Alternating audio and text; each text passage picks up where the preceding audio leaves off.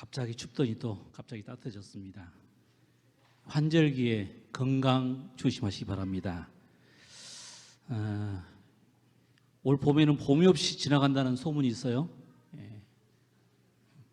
바로 여름이 올 거라고. 그래서 요즘은 꽃이 차례차례 안 피고 동시에 한꺼번에 핍니다. 그래서 정말 여러분들이 보고 싶은 꽃을 딱 선택과 집중입니다. 뭔말 아시죠? 이것저것 이것 다 볼 수 있는 게 아니고 딱 볼 수 있는 건 볼 수 있기 때문에 대신반이 끝나면 같이 갈 수 있으면 같이 갔으면 좋겠습니다. 제 교인들하고 함께 놀러 가는 걸 제일 좋아해서요. 어르신뿐만 아니라 소그룹에서 요청해도 같이 다니겠습니다. 제가 지난번까지는 빌립보스를 연구했는데 이제 새로운 지금 연구를 하려고 그러는데요. 고민을 많이 했어요. 기본 교리를 공부할까? 그러면 28번이잖아요. 너무 지칠 것 같아서. 그러면 조사 심판과 성서론에 대한 공부를 해볼까? 이것도 너무 어려울 것 같고 자주 듣는 것 같아서. 혹시 창조과학에 대해서 해볼까? 흥미 있죠? 이제 과학적이라 아이들은 좋아할 것 같은데 어르신들이 괜찮을까? 종말론에 대해서 공부해볼까? 너무 좀 이렇게 치우치는 것이 아닐까? 혹시 그럼 사복음서를 해볼까? 하다가 이것으로 결정했습니다. 뭘 것 같습니까? 성경을 딱 눈을 감고 딱 피면 나오는 게 뭐죠? 맞았습니다. 시편. 성경의 한 중앙에 있는 책, 시편입니다. 위치적으로도 중앙이고요. 이 시편을 연구하다 보면 예수님의 탄생, 그 다음에 죽으심, 부활 다 기록되어 있고요. 우리의 생사, 희노애락이 다 들어있고요. 그래서 구약 성경 중에서 제일 사랑받는 책, 처음 나온 사람 보고 제가 읽어보라고 권할 수 있는 책. 이게 다른 책 읽으라고 하면 어려워하더라고요. 그런데 시편 읽으십시오 그러면 사람들이 다 고개를 끄덕여요. 왜냐하면 좋은 시예요. 단지 이제 하나님에 관해서 시를 썼을 뿐이지 그냥 우리가 보는 시하고 동일합니다. 방문 가면 그래서 제가 다른 책을 하지 않고 보통 시편을 많이 핍니다. 왜냐하면 시편의 이야기로 하면 환우들에게도 상심한 사람들에게도 또 여러 사람들에게 낼 수 있는 기별들이 많습니다. 특별히 고민하는 사람들, 그 다음에 영적인 힘과 능력이 필요한 사람들, 시편에 있는 말씀을 읽으면 참 용기가 되고 힘이 되는 말씀이 많아요. 여러분 시편은 총 몇 편이 있죠? 150편. 저자는 몇 명일까요? 그건 모르셔도 됩니다. 알려드릴 테니까요. 8명. 그 중에 제일 많이 쓴 사람은 약 73편. 한 절반 정도를 누가 썼다고요? 다윗이 썼어, 다윗이. 그 다음에 이 시편이 기록된 시기는 성경하고 맞먹네요. 거의 1000년. 그러니까 이 오래된 이야기들이 많아요, 성경에. 이 시편을 보다 보면 그냥 짧은 시간이 아니라 오랫동안 모아놓은 시들을 모아놓은 책이니까요.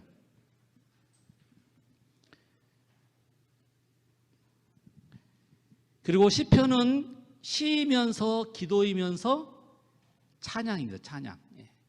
그래서 이스라엘 백성들이 부르는 여러분 찬양에는 뭐가 있어요? 작곡도 있지만 노래도 있지만 뭐가 있습니까? 작사, 가사가 있습니다. 그래서 시편 가사를 이용해서 노래를 많이 부릅니다. 그러니까 사실 시편은 기도서이자 시편은 찬양곡입니다. 우리의 다양한 경험. 그래서 신약에서도 이 시편 구절을 많이 인용했어요. 특별히 예수님의 생애와 죽음을 가리키는 말씀이 적어도 30절 이상 인용됐습니다. 그래서 엠마오로 가는 두 제자에게 예수님께서 나중에 무엇을 들어 설명하셨다고 그랬죠? 모세의 율법과 선지자의 글과 시편에 기록된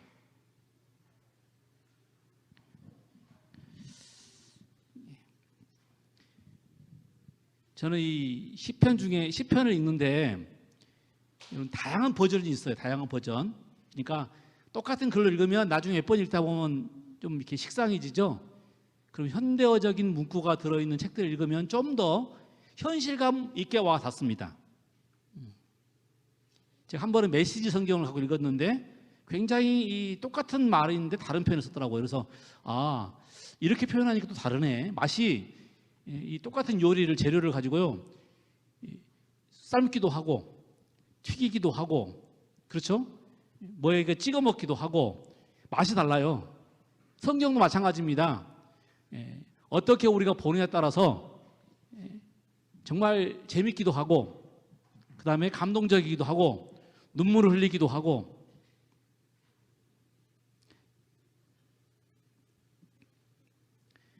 이제 오늘은 그 첫 시간 시편 1편입니다. 여러분 잘 아는 글이고 제가 제일 좋아하는 시편 중에 하나, 시편 23편, 그다음 119편, 그다음 시편 1편. 이 시편 1편은 이렇게 시작합니다. 복 있는 사람은, 잘 아시죠? 복 있는 사람은 악인의 꾀를 따르지 아니하며 죄인들의 길에 서지 아니하며 오만한 자의 자리에 앉지 아니하고 오직 여호와의 율법을 즐거워하여 그 율법을 주야로 묵상하는 자로다. 저는 시냇가에 심은 나무가 시절을 쫓아 과실을 맺으며 그 잎사리가 마르지 아니함 같으니 그 행사가 다 형통하리로다. 복 있는 사람은 뭐 복을 갖고 태어난다기보다는 복 있는 행동을 하는 것이죠. 이 시편 1편은 시편 전체의 서론과 같습니다. 전체적인 시편의 내용을 함축하고 있어요. 극명하게 악인의 길, 의인의 길, 의인들과 악인들이 어떤 사람인지. 여기 의인들은 어떤 사람이라고요? 여호와의 율법을 즐거워하여서 그 율법을 주야로 묵상하는 사람들. 그래서 시냇가에 심은 나무처럼 철을 따라서 열매를 맺고 잎사귀가 마르지 않는 사람들. 이건 자기들이 노력하는 게 아니라 어디에 있기 때문에, 시냇가에 있기 때문에 저절로 물을 통해서 마르지 아니하고 또 저절로 성장을 통해서 열매를 맺는 그 자리에 있는 사람들입니다. 반대로 악인들 어때요? 자기들의 꾀를 따르고 죄인의 길에 들어가고 오만한 자리에 앉고, 그리고 결국은 바람에 나는 겨와 같이 되어서 심판을 받고 멸망하게 된다. 한쪽은 믿음으로 말미암아서 구원을 받는 것이고요, 한쪽은 행함으로 열심히 노력하다가 결국은 좌절하고 절망하는 것입니다. 그러나 분명한 것은요, 믿음으로 말미암았지만 결국 나중에 뭐 했어요? 저절로 열매를 맺게 되고 마르지 않게 되고, 여기에서 우리는 또 다른 믿음으로 말미암는 의를 보게 되는 것입니다.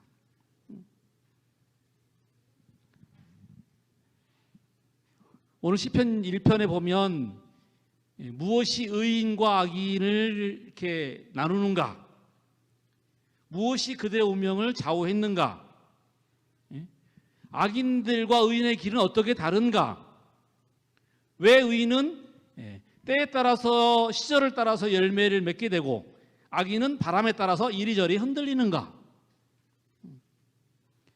왜 의인의 길은 여호와께서 인정하시고 악인의 길은 망하게 되는가, 도대체 복 있는 사람과 악인의 차이가 무엇인가, 그런 내용들을 볼 수 있습니다. 생각해 볼 수 있어요. 그래서 제가 오늘 저녁에는 제목이 뭐라고요?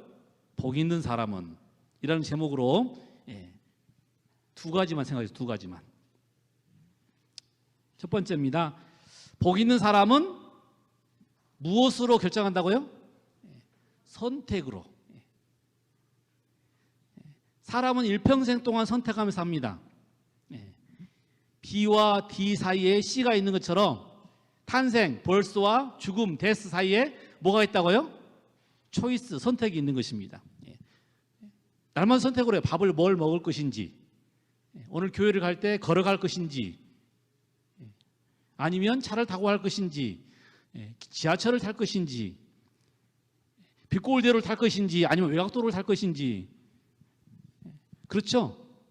그러다가 낭패를 당하는 경우도 있고, 또 어떤 경우에는 아주 그냥 빠른 길로 올 수도 있고, 그것이 우리의 운명이고 그것이 우리의 신앙입니다. 올바른 선택으로 의의를 이루고 복을 받기도 하고, 잘못된 선택으로 문제가 발생하기도 하고, 또 죄를 짓기도 하는 것입니다. 선택이 선택. 나이가 먹었다는 이야기는 결국 제가 보니까 선택의 경험이 많다 보니까 더 현명하게 선택할 수 있는 그런 수치가 올라가는 것입니다. 물론 다 그런 건 아니에요. 실패를 통해서 경험한 사람들은 그 실패를 다시 안 하겠지만, 실패를 통해서도 경험하지 못한 사람들은 또다시 그 실패를 경험하는 것입니다. 정치도 또 행정도 제가 보니까 선택이에요. 선택. 고위급에 올라간다고 하는 것은 그만큼 중요한 선택을 할 수 있는 많은 일들을 담당하는 사람이라는 것이죠. 그 사람이 만약에 잘못 선택하게 되면 어떤 일이 벌어질까요? 어마어마한 피해를 볼 수가 있어요. 회사가. 또 어마어마한 문제가 일어날 수 있습니다.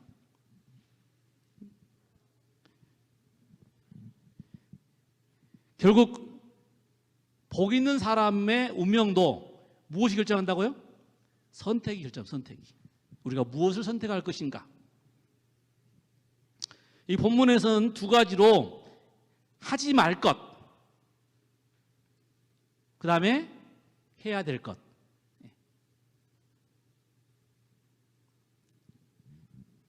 하지 말아야 할 것은 소극적으로 말해서 소극적으로. 악인의 꾀를 따르지 말고, 죄인의 길에 서지 말고, 오만한 자리에 앉지 말라.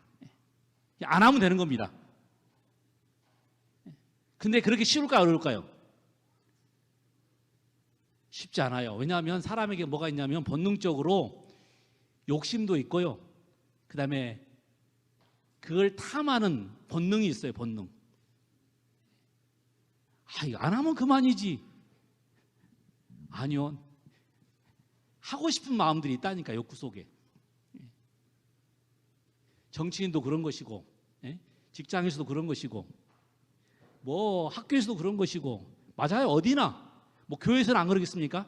다 마찬가지입니다. 어디에서나 그렇게 하고 싶은 욕구들이 있고, 명예욕이고 승부욕이고, 그 다음에 정말 돈에 대한 욕심과 그런 것들이 다 있는 것입니다. 그런데 오늘 복 있는 사람은 뭐 하지 말라고요? 그런 것 하지 말라는 겁니다.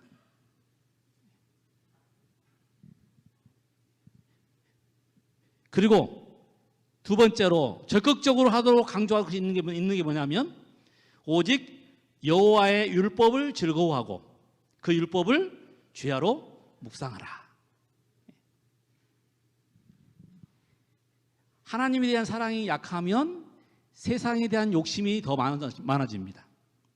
근데 하나님에 대한 사랑이 많으면 세상에 대한 욕심이 더 작아집니다. 없다는 말은 거짓말이고요.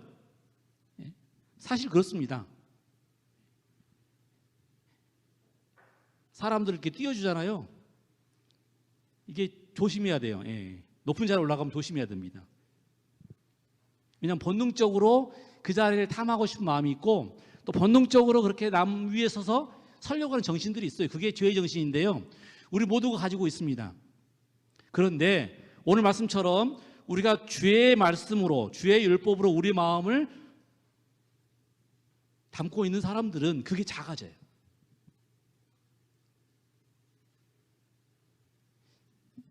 그런데 그렇지 않으면, 주의 말씀이 우리 마음속에 들어오지 않으면 뭐가 더 커진다고요? 세상으로 향하는 욕심, 명예욕, 이런 것들이 커진다는 것입니다. 복 있는 사람은 그런 일을 하지 않고 더 중요한 일을 적극적으로 하는 사람들. 그건 어떻게 하는 거예요? 그건 선택하는 겁니다. 선택하는 거예요. 누군가에게, 나에게 무슨 말을 하면 내가 그것을 할 것인지 말 것인지 선택은 누가 하는 일이라고요? 내가 하는 일이에요.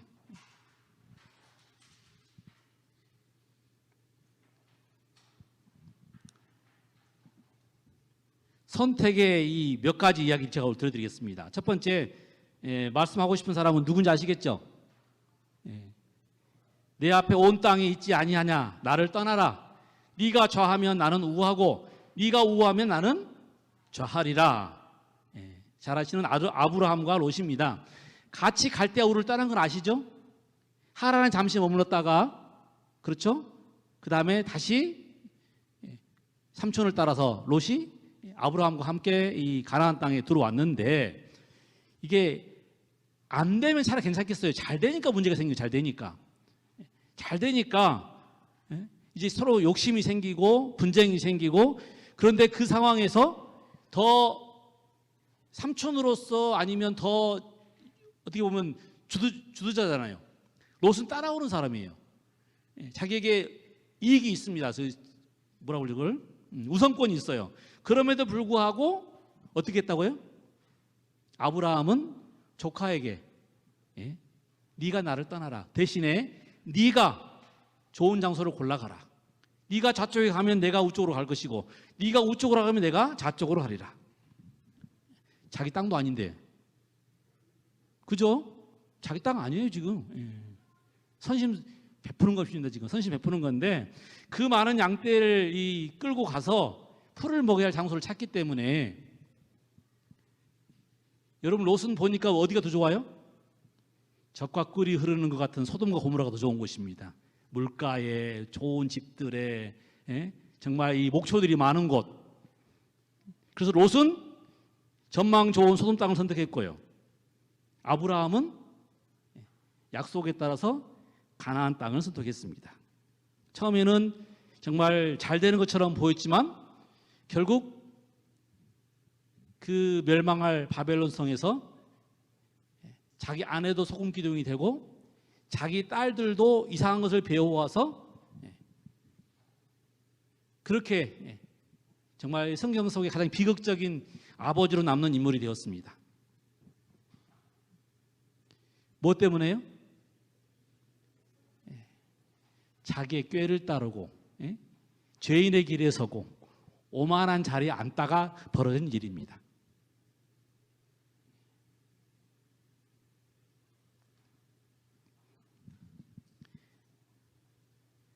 요셉과 발람의 얘기도 생각해 보겠습니다. 여러분 잘 아시는 것처럼 요셉이 어떤 결정을 했는지, 여기 39장 12절에 그 여인이 그 옷을 잡고 가로되 나와 동침하자 요셉이 자기 옷을 그 손에 버리고 도망하여 나가매. 잘 아시는 것처럼 노예로 팔려가다가 드디어 보디발에게 인정을 받고 그 집의 총무가 되고 모든 것을 관할한 이 멋있는 젊은 총각이겠죠? 17살에 잡혀갔으니 많아봐야 20. 그런데 그에게 지금 누가 요청한다고 아무도 모르는 집 안쪽에서 그 주인의 부인이, 그런데 요셉은 그 불의의 요구에 응하지 않고 죄인의 길에 서지 않기로 선택을 했습니다. 아무도 몰라요. 그 주인의 안쪽 깊숙한 방 쪽에 누가 들어오겠습니까? 그러나 요셉이 뭐라고 그랬어요? 내가 어찌 하나님께 죄를 지으며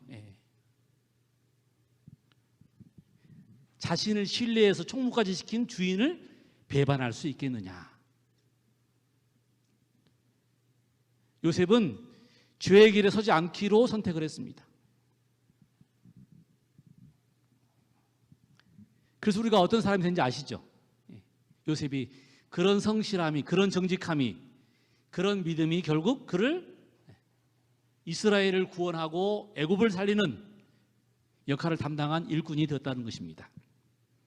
그와 반해서 이 발람이라는 사람, 여러분 이 민수기에 보면 발람, 모압 왕 발락이 그를 꼬셔서 뭐라고 그랬어요?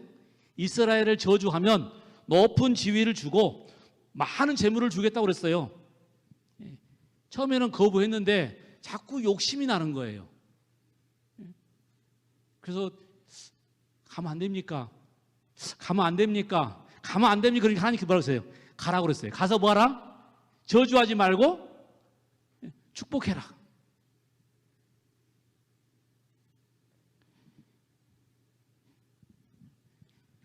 더 높은 지위, 더 많은 부. 결국 그것에 자기의 귀가 가리고 눈이 가렸어요. 그래서 나중에 누가 뭐라 했어요? 예? 나아귀가. 예? 막 그리 가려고 그러니까 그리 가면 안 된다고. 나아귀가 소리쳤어, 나아귀가. 그리 가면 지금 이 불검을 들고 있는 천사한테 내가 죽습니다. 그쯤 되면 저는 좀 깨달을 줄 알았어요. 그런데 그가 가서 축복을, 저주 대신 축복을 했지만 결국에는 이스라엘 백성들을 축제를 통해서 타락하게 만들었습니다. 눈 가리고 아웅한 거예요. 말로는 축복을 했지만 여전히 그의 마음속에는 뭐가 있었어요? 높은 지위, 더 많은 부, 거기에 대한 갈망이 있었던 것입니다. 결국 그것이 그를 망하게 만들었어요. 꾀를 내고 죄인의 길에 서고 오만한 자리에 앉게 되면 결국은 망하게 되어 있습니다. 그 시간이 좀 우리가 지금 우리 현대사에서 우리 지금 보고 있어요. 제가 정치적인 이야기라 말은 않겠지만 다 날마다 보고 있을 겁니다. 그 결말이 어떨지 다 걱정과 근심 속에서 지금 하나님께서 이 나라를 잘 이끌어 주시기를, 그 속에는 그런 모습으로 살았던 사람들의 이야기를 우리가 지금 보고 있다는 말을 제가 드리는 것입니다. 결국 자신의 욕망에 따라서 악인의 길을 선택하다가 망했어요. 그것이 발람입니다. 발람. 베리 블랙 목사님의 이야기를 제가 읽다 보니까 한 이야기, 이런 이야기가 있더라고요. 친구들과 어울렸는데 친구들이 뭐 하자? 뭐 훔치자. 그 상황 속에서 우리 베리 블랙 목사님이 어릴 때 그 불안한 환경 속에서 그의 어머니가 들었던 이 말씀이 생각났대요. 내 아들아, 악한 자가 꿰일지라도 따르지 말라. 만약에 그 길로 따라서 같이 동참했더라면 어떤 일이 벌어질까요?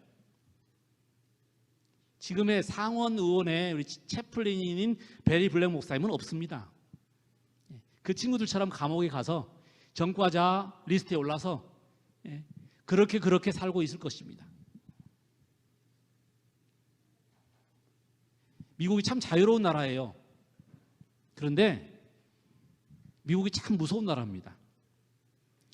리스트에 올라가고 그런 부정직한 일을 행하면 미국의 나라에서는 높은 자리에 올라갈 수도 없고, 왜요?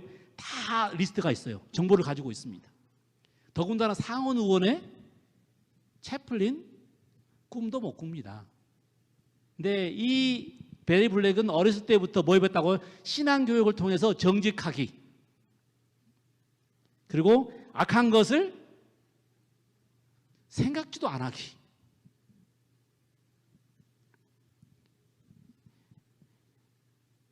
그래서 그가 흑인으로서 최초로 상원의 원목이 된 것입니다. 이와 같이 선택은 굉장히 중요한 결과를 가져옵니다. 내가 주의 법도를 묵상하며 주의 도에 주의하며 주의 율례를 즐거워하며 주의 말씀을 잊지 아니하리이다. 복 있는 사람은 항상 하나님의 율법을 주야로 묵상하며 그 말씀에 순종하는 사람들이다. 그의 결과는 시냇가에 심은 나무처럼 시절을 쫓아 과실을 맺습니다. 하나님 법 안에 있으면, 하나님의 능력 안에 있으면 저절로 그것이 이루어진다는 것입니다. 오늘 우리도 우리의 마음속에 하나님의 율법을 새기고 그 율법에 순종하는 말씀의 축복을 받는 성도들이 다 되시기를 간절히 소망합니다. 두 번째로 복 있는 사람은 결국 그 선택이 결과를 바꾸는 사람들입니다. 여러분, 시편하면 생각나는 사람이 누구죠? 다윗. 그러면 다윗 하면 생각나는 사람. 다윗은 잘된 케이스고요. 안 된 케이스 있죠. 똑같이 왕이 올라가서 40년 동안 사울. 그래서 우리가 다윗과 사울을 자주 비교합니다. 하나는 잘된 샘플로, 하나는 안 된 샘플로. 둘이 출발은 똑같았어요. 똑같이 왕으로 기름 부어 받고 시작한 것입니다. 어떤 것이 그 두 사람의 차이를 만들었을까요? 여러분 시편 1편을 보면 마치 다윗과 그 다음에 사울의 이야기처럼 보여요. 의인이고 늘 주야로 율법을 묵상하는 자고 시냇가에 심은 나무처럼 시절을 따라 과실을 맺는 사람은 누구예요? 다윗 같고, 그 다음에 악인이고, 그 다음에 악인의 꾀를 내고 오만한 자리에 앉고, 그 다음에 바람에 나는 겨처럼 흩날려 갈 사람은 사울 같습니다. 어떤 차이였을까? 여러분 제가 이제 두 성경줄을 볼 겁니다. 어떤 차이인지 여러분들이 보시기 바랍니다. 먼저 사무엘상 22장 17절로 18절입니다. 왕이 좌우의 시위자에게 이르되 돌이켜 가서 여호와의 제사장들을 죽이라. 이 왕은 누굴까요? 사울입니다. 그들도 다윗과 협력하였고 또 그들이 다윗에서 도망한 것을 알고도 내게 고발치 아니하였음이니라. 하나 왕의 신하들이 손을 들어 여호와의 제사장들을 죽이기를 싫어한지라 왕이 도액에게 이르되 너는 돌이켜 제사장들을 죽이라 하며 에돔 사람 도액이 돌이켜 제사장들을 쳐서 그날에 세마포 에봇 입은 자 85인을 죽였고, 누굴 죽였다는 말이에요? 제사장들, 기름 부은 제사장들을 죽였다는 이야기입니다. 또 다른 성경절은 사무엘상 24장 6절로 7절입니다. 자기 사람들에게 이르되 내가 손을 들어 여호와의 기름 부음을 받은 내 주를 치는 것은 여호와의 금하시는 것이니 그는 여호와의 기름 부음을 받은 자가 됨이니라 하고, 다윗이 이 말로 자기 사람들을 금하여 사울을 해하지 못하게 하니라. 사울이 일어나 굴에서 나가 자기 길을 가니라. 여러분 이 구약에 기름 부음 받는 세 사람 아시죠?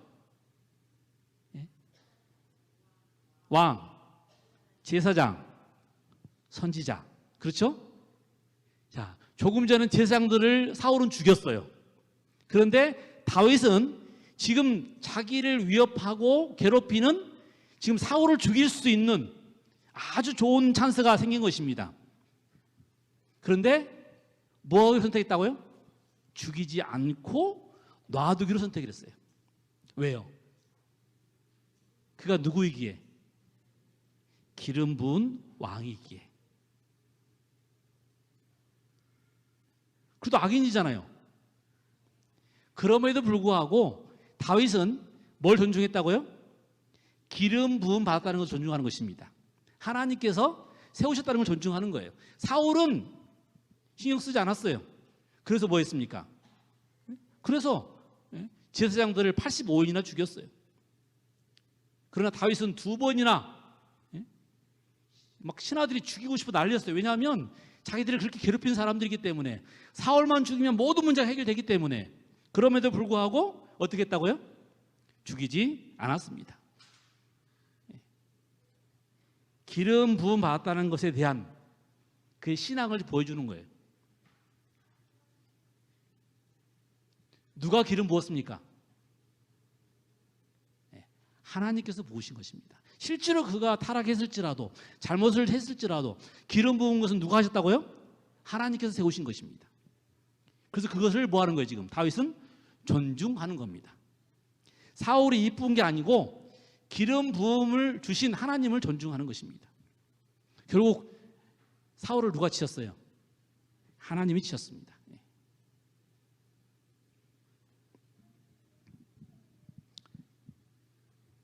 여호와께 묻지 아니하였으므로 여호와께서 저를 죽이시고, 누구죠? 사울을 죽이시고 그 나라를 이새의 아들 다윗에게 돌리셨더라.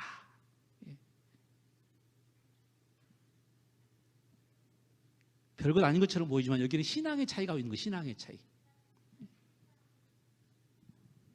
하나님의 것을 인정하고 하나님의 선택을 존중하고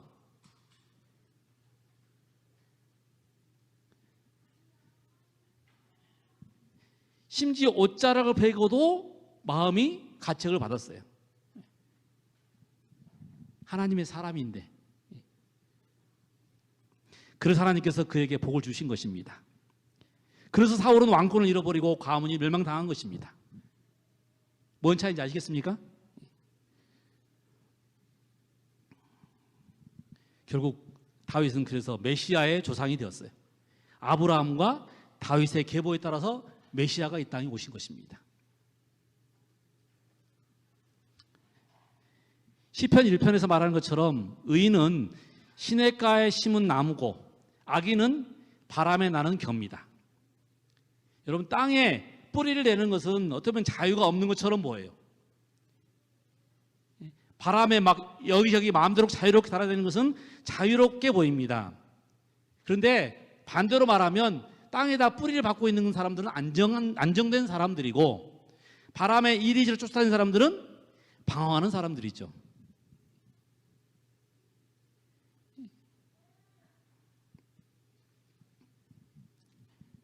바람에 자유롭게 날아다니는 것처럼 보이나 그러나 그는 바람에 의해서 움직이는 존재들입니다.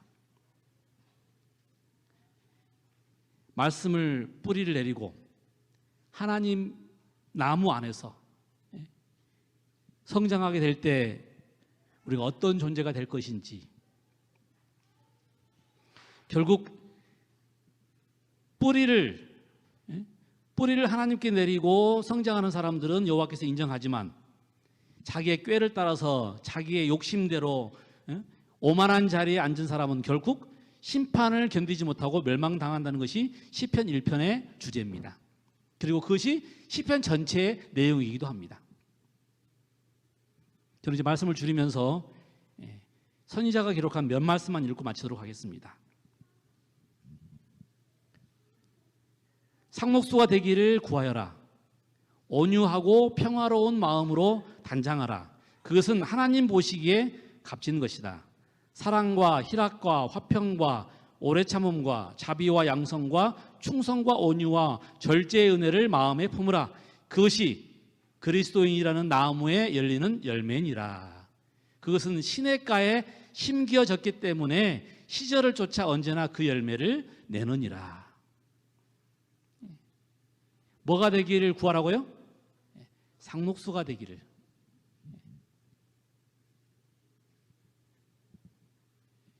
하나님 안에 우리의 마음을 심고 하나님께서 우리에게 주시는 양분으로 변화되고 성화되고 열매를 맺는 그런 존재가 되라는 말씀입니다. 세상 꾀로 내 욕심으로 뭐가 되는 것이 아니라 결국 하나님 안에 있을 때 우리가 온전한 열매를 거두는 존재들이 되는 것입니다. 제가 완전론을 주장하는 건 아니지만 우리가 하나님 안에 있으면 누가 나를 완전히 하신다고요? 하나님께서 나를 완전하게 하십니다.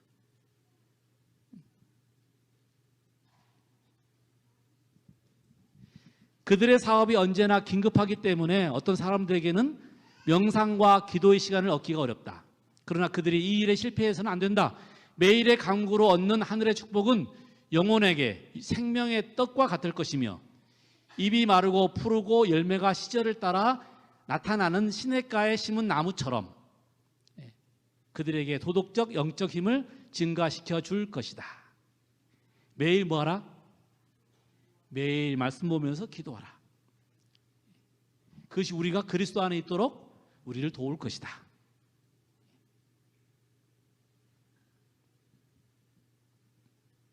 그리고 그것이 우리에게 힘을 줄 것이다. 도덕적인 영적인 힘을 줄 것이다. 마지막 말씀입니다. 그대들이 거룩한 생애를 살려고 하면 가지가 자라고 열매를 맺기 위하여 원체에 붙어야 하는 것처럼 그리스도께 의존해야 할 것이다. 그의 안에 거함으로 품성이 자라날 수 있을 것이다. 그에게서 생명을 받음으로 시들지도 않고 열매 맺지 못하는 일이 없을 것이다. 그들은 시냇가에 심은 나무와 같이 될 것이다. 제가 이 말씀을 좋아하는 이유입니다. 제 능력으로는 안 될 걸 알지만 내가 하나님 말씀을 사모하고 또 거기에 머물러 있을 때는 나도 모르는 사이에 뭘 맺게 한다고요? 열매를 맺게 한다는 거예요. 그러므로 누가 나를 칭찬했다, 그것은 내 능력이 아니고 내가 하나님께 붙어 있을 때 하나님께서 주시는 축복의 열매입니다. 내가 정신없이 바쁘면 가끔 하지 말아야 할 말도 하고 실수도 해요. 그렇죠? 그런데 그때 깨닫더라고요. 아, 내가 오늘 말씀을 놓쳤구나. 우리가 완전할 수는 없으니까요. 그러나 우리가 말씀 안에 하나님의 율법을 늘 생각하면서 말씀을 암송하면서 아니면 늘 내가 정말 외울 수는 없지만 늘 기록하면서 내 마음을 하나님께 두면 나는 마치 시냇가에 심은 나무처럼 시절을 따라서 뭐 한다고요? 열매를 맺게 될 것이고 많은 사람들에게 뭐가 될 것이다? 빛이 될 것이다. 시편 1편이 이렇게 시작했으니 얼마나 감동적인 시편들이 기록되어 있겠습니까? 150편을 다 완주할 수는 없고요. 그 중에 몇 편만 골라서, 왜냐하면 너무 길게 하면 또 사람들이 싫어하더라고요. 적어도 10줄 넘지 않을 겁니다. 10번을 이상 하지 않을 거니까요. 혹시 여러분 좋아하는 성경 시편 있으면 저한테 말씀만 주시면 제가 또 한번 말씀을 준비해 보도록 하겠습니다. 이제 말씀을 마치면서 여러분, 시편 기자는 복 있는 사람은 하나님 안에 거하기로 선택한 사람이라고 그랬습니다. 그래서 오늘 예언의 신에 보니 선지자가 기록하기를 상록수 같은 그리스도인이 되어라. 그러면 믿음과 경건의 부흥이 일어날 것이고 도덕적 영적 힘이 증가할 것이고 시절을 쫓아 품성의 열매를 맺는 자가 될 것이다. 여러분, 날마다 하나님 말씀을 묵상하고 하나님의 율법에 순종하며 그리스도 안에 사시는 여러분과 제가 되기를 간절히 소망하면서 말씀을 줄이겠습니다.